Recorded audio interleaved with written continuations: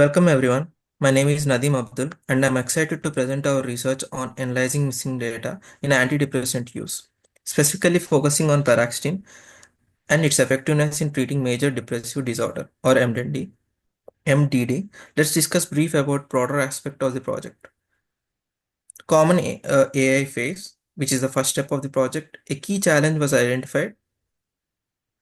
AI systems occasionally recommended incorrect medications. This prompted a focus on refining how the system interacts in conversations, ensuring it delivers more accurate and helpful recommendations through iterative testing and improvements.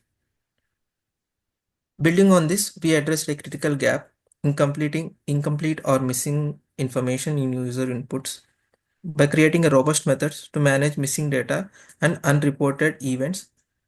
We enhance systems reliability, laying a stronger foundation for accurate advice. Attention then turned to fairness, identifying and correcting biases the AI decision-making process to ensure its recommendations were equitable and could serve all users without discrimination. Then its next step goes to the actionable AI advice phase. Further advancements tackled confounding factors in data that could lead to inaccurate or generalized recommendations. Sophisticated statistical techniques were applied to ensure the advice was not only accurate but also tailored to each individual's and unique circumstances. This research is part of larger initiative to develop AI-driven mental health chatbot system. This system aims to provide personalized, equitable, and actionable recommendations for mental health treatment. As part of our academic course, my team, Pujita Killari, Gayatri, and me, Nadeem Abdul, we worked on critical step in this project, addressing the challenge of missing data. Missing data is pervasive issue in healthcare research.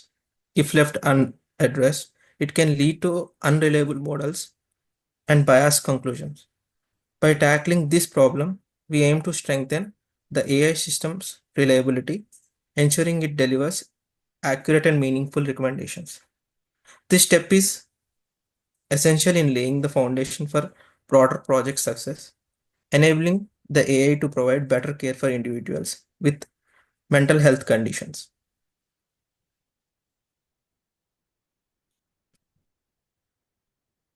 Project objective. Our primary objective in this project is to create personalized antidepressant recommendations by understanding the factors that influence the effectiveness of paroxetine. Specifically, we aim to identify key predictors of remission, such as age, comorbidities, and treatment history through robust data analysis techniques. By addressing missing data and uncovering these predictors, we aim to bridge the gap between clinical practice and AI-driven decision making. Our goal is to provide clinicians with tailored, data-driven insights to optimize patient care and improve mental health outcomes.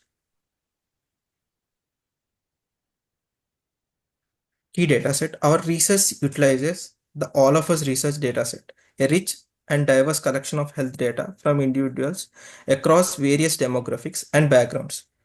This dataset includes detailed information on factors such as age, gender, medical conditions, medication use, and treatment outcomes. The diversity and inclusivity of this dataset make it an excellent resource for understanding patterns and predictors of remission in mental health treatments. Additionally, its depth allows us to address the challenge of missing data comprehensively while ensuring our findings are robust and representative of real-world population.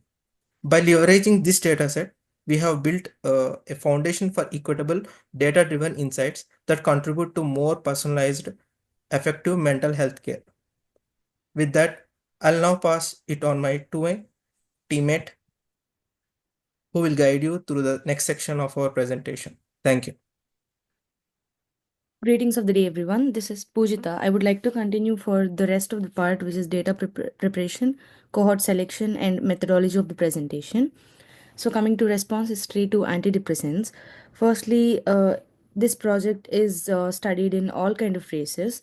The point this slide highlights about how antidepressant studies often focus on certain groups, leaving gaps in data about the other populations. So it underscores the importance of ensuring diverse representation in research to understand how treatment responses might vary across different groups. So, coming to factors like efficacy and variation, antidepressants like paroxetine show varying levels of effectiveness between individuals. This variation can stem from biological, genetical, environmental factors. Understanding these differences is critical to improve the treatment outcomes. And coming to the remission in treatment methods, which is a main goal for one of our project, uh, when the patient use any kind of antidepressant treatment, the main goal is about the remission, which helps patients recover from fully depressive symptoms.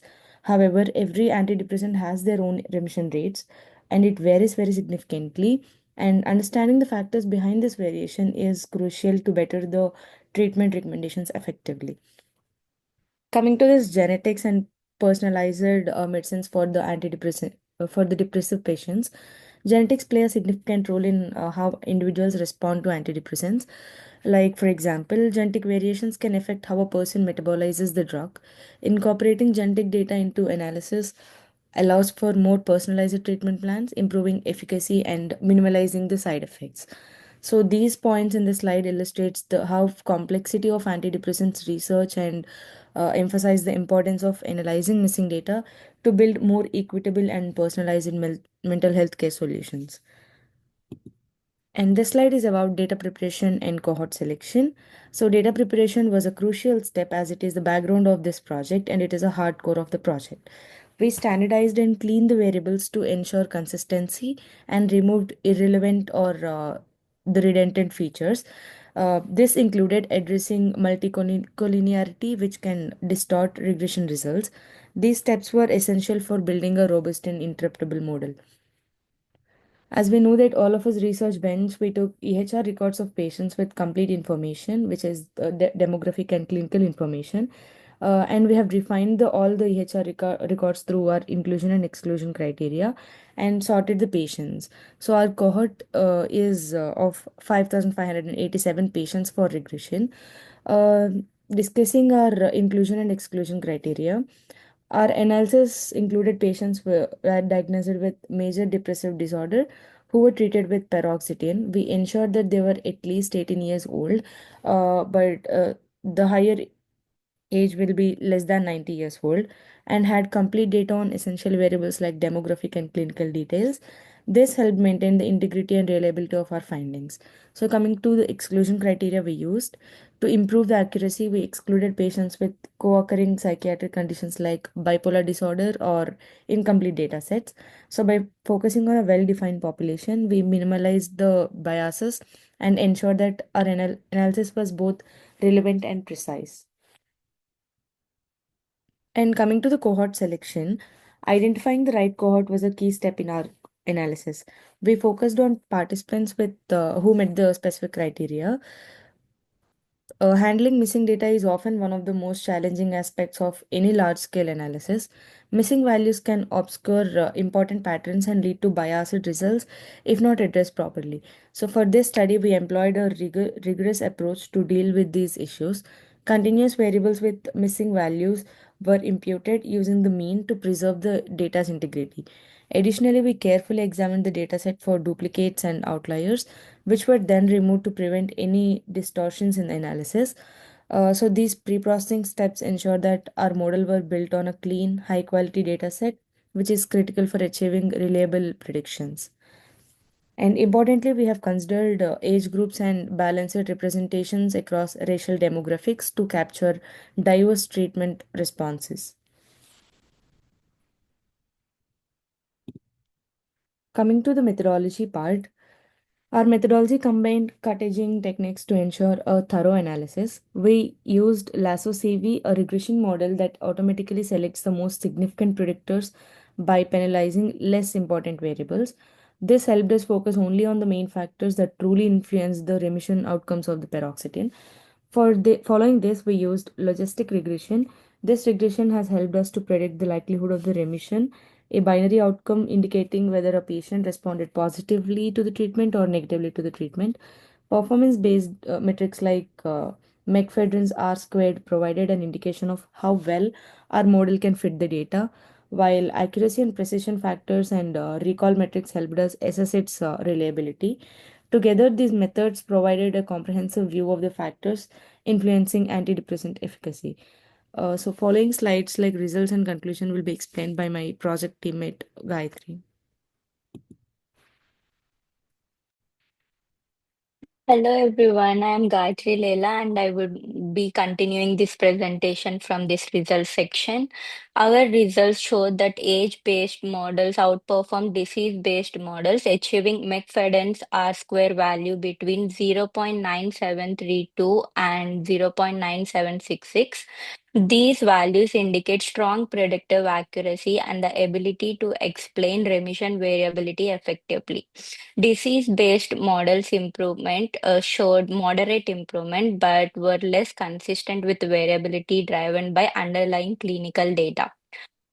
Through performance tuning and addressing data variation, we enhance the reliability and power of the models. The use of standardized clinical codes helped ensure alignment with healthcare practices such as SNOMED CT codes and age-based insights.